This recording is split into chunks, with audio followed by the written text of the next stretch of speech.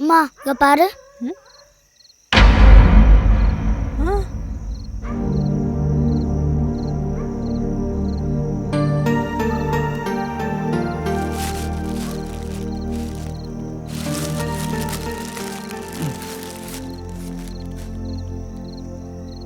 நம்ம குலதெய்வம் செல்லாண்டியம்மன் மேல சத்தியம் பண்ணிட்டு வந்திருக்கேன்.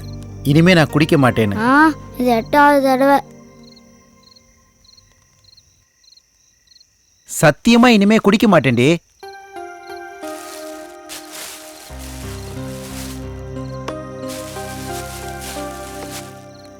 டே இங்க வா.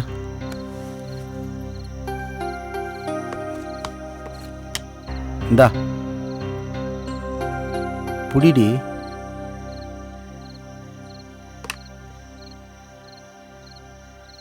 என் உயிரை விட பெருசா மதிக்கிறேன் என் புள்ள மேல சத்தியமா சொல்றேன், இனிமே நான் குடிக்க மாட்டேன்டி.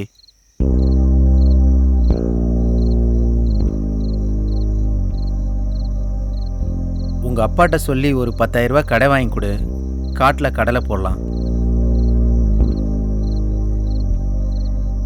ஆகாஷ் சாப்பிடலாம்.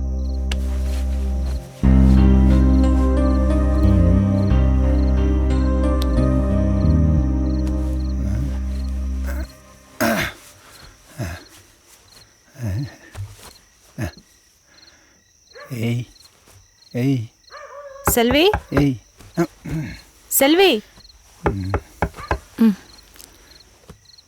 ஷோ,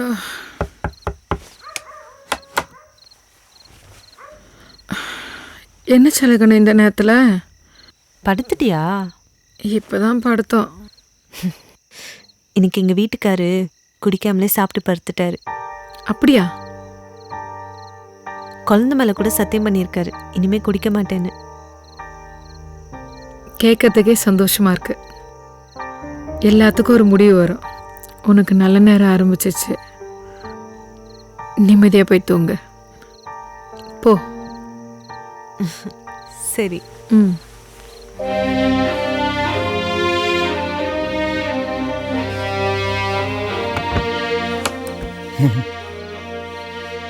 என்னவா?